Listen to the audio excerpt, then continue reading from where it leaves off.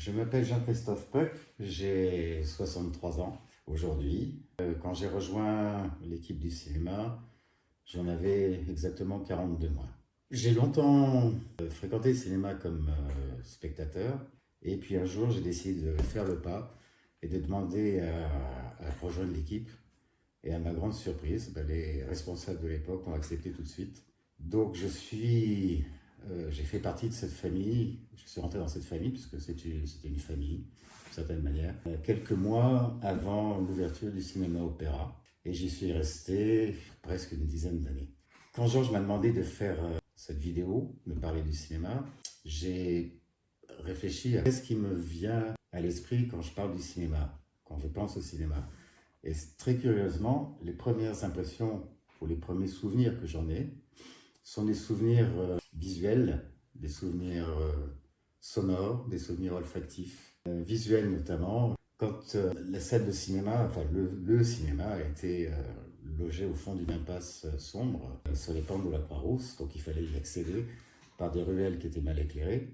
Et quand on arrivait au cinéma, on entrait dans cette salle blanche, d'un blanc immaculé, très très vivement éclairé.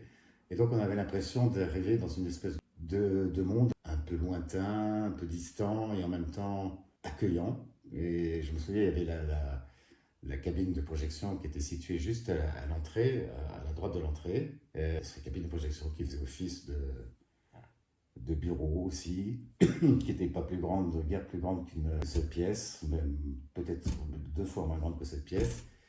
Et puis la salle de projection, la salle de cinéma elle-même, qui était plongée dans le noir, enfin noir, avec des sièges rouges vifs et un écran blanc, immaculé. Et donc cette impression que j'ai, c'est la lumière blanche. Sinon, que dire de plus? Quand j'ai réfléchi à un lieu pour faire cette petite vidéo, au début je pensais la faire sur ma terrasse, puisque j'ai la chance d'habiter dans le sud de la France. Bon, il fait quand même assez froid en ce moment, et je me suis rabattu sur ma cuisine. Et du coup, ça fait une association avec le cinéma, parce que cette pièce est blanche.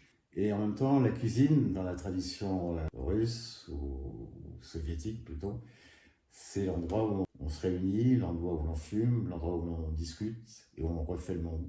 Ça me paraît plutôt bien pour parler du cinéma, parce que le cinéma, c'était un endroit, bon, on va dire qu'on refaisait le monde au cinéma, ce ne serait pas aussi prétentieux que ça, mais il y avait une façon de penser, une façon différente de parler du cinéma, de présenter le cinéma et de montrer des films. C'est-à-dire qu'on ne les montrait pas au sens de mettre sous les yeux, mais on les montrait au sens de faire connaître. Comme on montre une ville à un ami, donc on lui fait connaître.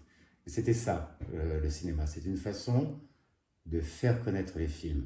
Je me souviens des projections de la Cinémathèque qui avaient lieu le mercredi après-midi, le mercredi soir aussi, et Marc Artigaud, qui était un des fondateurs du cinéma, venait nous présenter les films, un petit speech au début du film. Et c'était, pour nous, spectateurs, c'était quelque chose d'absolument inédit, et en même temps, on faisait partie, on avait l'impression de faire partie, non pas du film, mais de rentrer dans le film, d'avoir des clés d'accès, des portes d'accès au film qu'on n'avait pas ailleurs.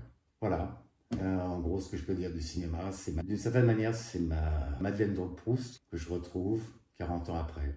C'est très, très émouvant et en même temps très doux. Tiens, en parlant de Madeleine de Proust, je vais reprendre une fraise Tagada. À bientôt.